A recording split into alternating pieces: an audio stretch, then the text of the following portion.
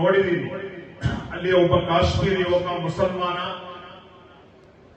ಆ ಭಯೋತ್ಪಾದಕ ದಾಳಿಯಿಂದ ಇವರ ಕುದುರೆಯಲ್ಲಿದ್ದ ಪ್ರವಾಸಿಗರನ್ನ ರಕ್ಷಣೆ ಮಾಡಲಿಕ್ಕೆ ಆ ಮುಸ್ಲಿಂ ಯುವಕ ಕಾಶ್ಮೀರಿ ಯುವಕ ತಯಾರಾಗ್ತಾರೆ.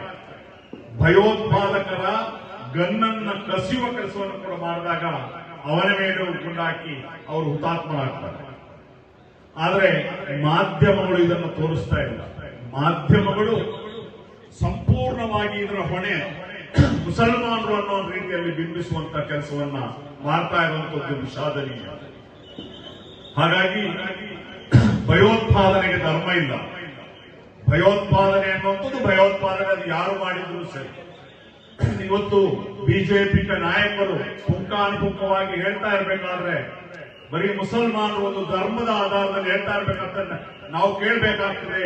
ಮಾಲೇಗಾಂವ್ ಮಸೀದಿಯಲ್ಲಿ 6 ಜನರನ್ನ ಹತ್ಯೆಗೈದು ಸಾಕಷ್ಟು ಜನ ಗಾಯಾಳುಗಳಾದ ಆ ಒಂದು ಘಟನೆಯಲ್ಲಿ ಪ್ರಮುಖ ಆರೋಪಿ ಸಾಧ್ವಿ ಪ್ರಜ್ಞಾ ಸಿಂಗ್ ಬಿಜೆಪಿಯ ಮೆಂಬರ್ ಆಫ್ ಪಾರ್ಲಿಮೆಂಟ್ ಆಗಿದ್ದು ಅನ್ನೋದನ್ನ ಇಲ್ಲಿ ತಿಳಿಸಬೇಕಾಗ್ತದೆ.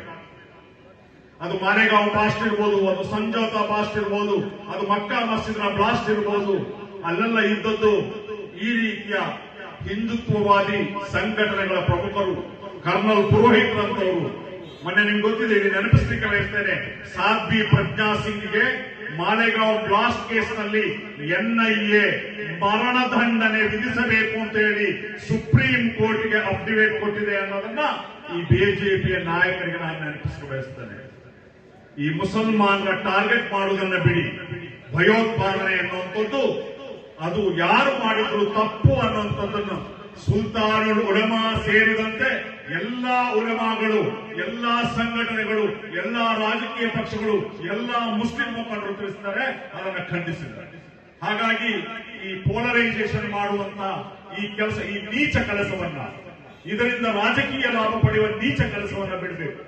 ನಾವು ಗಮನಿಸಬೇಕಾದದ್ದು 1,000 ಪ್ರವಾಸಿಗರಿರುವ ಆ ಸ್ಥಳದಲ್ಲಿ ಒಬ್ಬನೇ ಒಬ್ಬ ಪೊಲೀಸ್ ಇರಲಿಲ್ಲ, ಒಬ್ಬನೇ ಒಬ್ಬ ಆರ್ಮಿ ಇರಲಿಲ್ಲ. ಭದ್ರತಾ ವೈಫಲ್ಯ ಮತ್ತು ಏನು ಗುಪ್ತಚರ ಇಲಾಖೆಯ ವೈಫಲ್ಯವೇ ಅದಕ್ಕೆ ಕಾರಣವಾಯಿತು ಅನ್ನೋದನ್ನ ಈ ಸಂದರ್ಭದಲ್ಲಿ ನಾನು ಹೇಳಲಿಕ್ಕೆ ಇಚ್ಛೆ ಪಡ್ತಾ ಇದ್ದೇನೆ. ಹಾಗಾಗಿ ನಾವು ಬಹಳ ಸಂದಿಗ್ಧ ಪರಿಸ್ಥಿತಿಯಲ್ಲಿದ್ದೇವೆ. 2 ತೂಗುಗತಿಗಳು ನಮ್ಮ ಮೇಲೆ ಇದೆ ವಕ್ಫ್ ಅಮೆಂಡ್ಮೆಂಟ್ ಬಿಲ್ ಬಗ್ಗೆ. ಹಾಗಾಗಿ ಸುಪ್ರೀಂ ಕೋರ್ಟ್ ಸ್ವಲ್ಪ ರಿಲೀಫ್ ಕೊಟ್ಟರು ಕೂಡ ನಾವು ಮುಸಲ್ಮಾನರು, ಭಾರತೀಯ ಮುಸಲ್ಮಾನರು, ಅದೇ ರೀತಿ ಜಾತ್ಯತೀತವಾದಿಗಳು, ಸಂವಿಧಾನ ಪ್ರೇಮಿಗಳು ಯಾಕೆ ನಾವು ವಿರೋಧಿಸ್ತೀವಿ ಅಂತಂದ್ರೆ ಇದು ಸಂವಿಧಾನ ವಿರೋಧಿ ಆಗಿದೆ ಅನ್ನುವಂಥ ಕಾರಣಕ್ಕೆ, ಆರ್ಟಿಕಲ್ 25, 26 ವಿರೋಧಿ ಆಗಿದೆ ಅನ್ನೋ ಕಾರಣಕ್ಕೆ. ಹಾಗಾಗಿ ನಾವು ಕೋರ್ಟ್ ನಲ್ಲಿ ಸಣ್ಣ ಮಟ್ಟದ ರಿಲೀಫ್ ಸಿಕ್ಕಿದೆ ಅನ್ನೋಂಥ ಕಾರಣಕ್ಕೆ ನಾವು ನಮ್ಮ ಹೋರಾಟವನ್ನ, ನಮ್ಮ ಪ್ರತಿಭಟನೆಯನ್ನ ನಿಲ್ಲಿಸಬಾರದು. ಅಲ್ಹಮ್ದುಲಿಲ್ಲಾ ದಕ್ಷಿಣ ಕನ್ನಡದ ಉಲಮಾ ನೇತೃತ್ವಕ್ಕೆ ನಾನು ಸಲ್ಯೂಟ್ ಹೊರತೇನೆ, ಅವರಿಗಾಗಿ ದುವಾ ಮಾಡ್ತೇನೆ.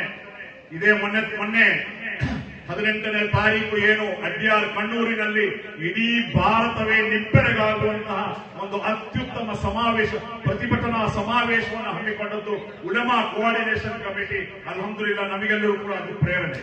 ಅದು ಒಂದರಲ್ಲಿ ನಿಲ್ಲಬಾರದು. ಸುಪ್ರೀಂ ಕೋರ್ಟ್ ನಲ್ಲಿ ಏನೋ ರಿಲೀಫ್ ಸಿಕ್ಕಿದೆ ಅನ್ನೋಂಥ ರೀತಿಯಲ್ಲಿ ನಾವು 5-6 ತಿಂಗಳು ನಡೀಬಹುದು. ಆ ಕಾರಣಕ್ಕೆ ನಮ್ಮ ಪ್ರತಿಭಟನೆಗಳು, ನಮ್ಮ ಪ್ರತಿರೋಧಗಳು ಶಾಂತಿಯುತ ರೀತಿಯಲ್ಲಿ, ಸಂವಿಧಾನಾತ್ಮಕವಾಗಿ, ಕಾನೂನಾತ್ಮಕವಾಗಿ ಅದು ಮುಂದುವರಿಯಬೇಕು ಅನ್ನುವಂಥ ವಿಚಾರವನ್ನ ಇಲ್ಲಿ ಹೇಳಲಿಕ್ಕೆ ಮಂಡಿಸ್ತೇನೆ. 2ನೇ ವಿಚಾರ, ಕರ್ನಾಟಕದ ಮುಸ್ಲಿಂ ಸಮುದಾಯ, ಉಲಮಾಗಳು ಎಲ್ಲರೂ ಕೈಗೊತ್ತಿಕೊಳ್ಬೇಕಾದದ್ದು ಏನು, ಕರ್ನಾಟಕ ಸರ್ಕಾರ ಕಾಂತರಾಜ್ ಆಯೋಗದ ಮೂಲಕ